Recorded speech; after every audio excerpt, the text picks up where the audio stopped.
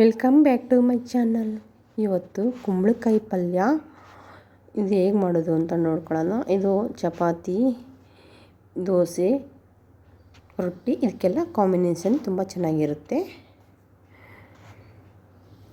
ಅದಕ್ಕೂ ಮುಂಚೆ ನಮ್ಮ ಚಾನಲ್ ಸಬ್ಸ್ಕ್ರೈಬರ್ ಆದರೆ ಸಬ್ಸ್ಕ್ರೈಬ್ ಮಾಡ್ಕೊಳ್ಳಿ, ಲೈಕ್ ಮಾಡಿ, ಶೇರ್ ಮಾಡಿ. ಈಗ ಒಂದು ಬಾಣಲಿಗೆ ಸ್ವಲ್ಪ ಎಣ್ಣೆ ಹಾಕೋಬೇಕು.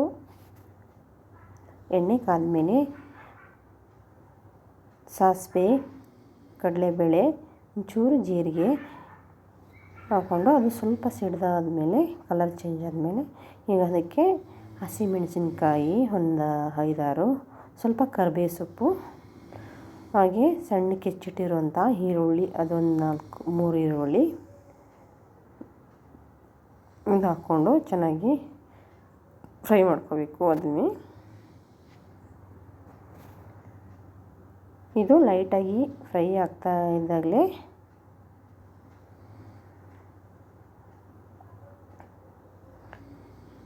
ಹಾಗೆ ಅದಕ್ಕೆ ಮೊದಲೇ ಹೆಚ್ಚಿಟ್ಟಿರುವಂಥ ಕುಂಬಳಕಾಯಿನೂ ಅದಕ್ಕೆ ಮಿಕ್ಸ್ ಮಾಡ್ಕೋಬೇಕಾಗುತ್ತೆ.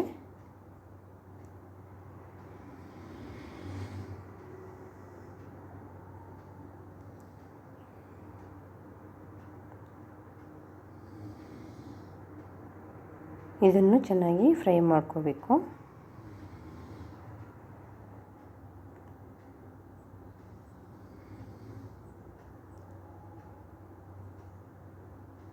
ಈ ಕುಂಬಳಕಾಯಿ ಇದೆಲ್ಲ ಚೆನ್ನಾಗಿ ಸಾಫ್ಟಾಗಿ ಬೇಯಬೇಕು ಅಂತಂದರೆ ಒಂಚೂರು ಸ್ವಲ್ಪ ನೀರು ಹಾಕ್ಕೋಬೇಕು.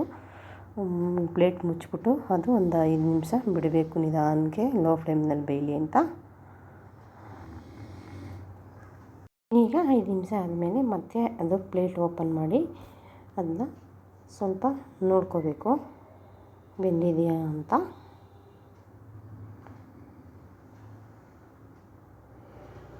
ಹಾಗೆ ಸ್ವಲ್ಪ ಕ್ಲೀನಾಗಿ ಮಿಕ್ಸ್ ಮಾಡಿಕೊಂಡು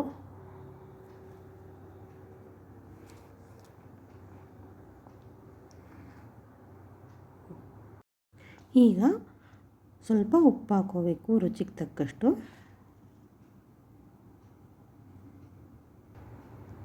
ನೋಡ್ಕೊಂಡು ಹಾಕೋಬೇಕು. ಇದು ಚೆನ್ನಾಗಿ ಮಿಕ್ಸ್ ಮಾಡಿಬಿಟ್ಟು ಇನ್ನೂ ಸ್ವಲ್ಪ ಬೇಯಬೇಕು ಅಂತಂದರೆ ಇನ್ನೂ 5 ನಿಮಿಷ ಬೇಯಬೇಕು. ಹಾಗೆ ಸ್ವಲ್ಪ ಕೊತ್ತಂಬರಿ ಸೊಪ್ಪನ್ನು ಹಾಕ್ಕೊಂಡು ಮಿಕ್ಸ್ ಮಾಡ್ಕೋಬೇಕು. ಹಾಗೆ ಇನ್ನೂ ಸ್ವಲ್ಪ ಬೇಯಲಿ ಅಂತ ಪ್ಲೇಟ್ ಮುಚ್ಚಿಡಬೇಕು.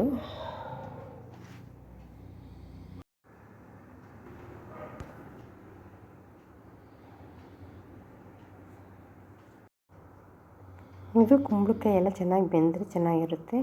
ಅದು ಮೇಲುಗಡೆ ಸಿಪ್ಪೆ ಕೆಲವರು ತೆಗಿತಾರೆ, ನಾನು ತೆಗಿಯಲ್ಲ. ಈಗ ಇನ್ನೂ ಸ್ವಲ್ಪ ಪ್ಲೇಟ್ ಹಾಕಿ ಮುಚ್ಚಿದೆ. ಇದು ಮತ್ತೆ ಒಂದು 5 ನಿಮಿಷ ಆದಮೇಲೆ ತೆಗೆದು ನೋಡಿದ್ಮೇಲೆ ಕರೆಕ್ಟಾಗಿ ಬೆಂದಿರುತ್ತೆ ಹದವಾಗಿ. ಈಗ ಚೆನ್ನಾಗಿ ಮಿಕ್ಸ್ ಮಾಡ್ಕೋಬೇಕಷ್ಟೆ. ಇನ್ನೊಂದು ಸ್ವಲ್ಪ ಉರಿ ಹಾಕ್ಬಿಟ್ಟು ಅದು ಸ್ವಲ್ಪ ನೀರಿನ ಅಂಶನೆಲ್ಲ ಹೊರ್ಟೋಗ್ಬಿಡಬೇಕು. ಆ ಥರ ಚೆನ್ನಾಗಿ ಫ್ರೈ ಮಾಡ್ಕೋಬೇಕು. ಇದಕ್ಕೆ ಸ್ವಲ್ಪ ಬೇಕು ಅಂದರೆ ತೆಂಗಿನ ತುರಿ ಹಾಕ್ಕೊಂಡ್ರು ಚೆನ್ನಾಗಿರುತ್ತೆ.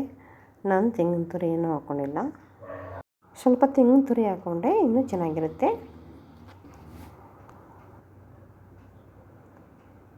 ಕುಂಬಳಕಾಯಿ ಪಲ್ಯ ಆದಷ್ಟು ಇದು ಮಾಡಬೇಕಾದ್ರೆ ಕುಂಬಳಕಾಯಿ ಸ್ವೀಟ್ ಕುಂಬಳಕಾಯಿ ನೋಡಿಬಿಟ್ಟು ತೊಗೊಂಡು ಬಂದರೆ ಚೆನ್ನಾಗಿರುತ್ತೆ ಪಲ್ಯಕ್ಕೆ. ಅದೇ ಥರ ಕುಂಬಳಕಾಯಿ ಒಂಥರ ಮೇಲೆ ನೋಡೋಕ್ಕೆ ಕಲರಾಗಿ ಕಾಣುತ್ತಲ್ಲ, ಅದು ತುಂಬ ಚೆನ್ನಾಗಿರಲ್ಲ. ಅದು ಆರೆಂಜ್ ಕಲರ್ ಇರುತ್ತೆ, ಚಿಕ್ಕ ಚಿಕ್ಕದಾಗಿ, ಅದು ಸಪ್ಪೆ ಇರುತ್ತೆ. ನಾನು ನೋಡಿದ್ದೀನಿ. ಇದು ಸ್ವೀಟ್ ಕುಂಬಳಕಾಯಿ, ಅದು ಚೆನ್ನಾಗಿರುತ್ತೆ. ಆದಷ್ಟು ಚೆನ್ನಾಗಿ ಈಗ ಕುಂಬಳಕಾಯಿ ಬೆಂದಿದೆ ಹದವಾಗಿ. ಈಗ ಪಲ್ಯ ರೆಡಿಯಾಗಿದೆ. ಇದು ಹೇಗೆ ಬಂತು ಅಂತ ಕಮೆಂಟ್ ಮಾಡಿ, ಸಾಧ್ಯವಾದರೆ ಶೇರ್ ಮಾಡಿ. ನೆಕ್ಸ್ಟ್ ವಿಡಿಯೋದಲ್ಲಿ ಸಿಗೋಣ. ಅಲ್ಲಿ ತನಕ ಬಾಯ್.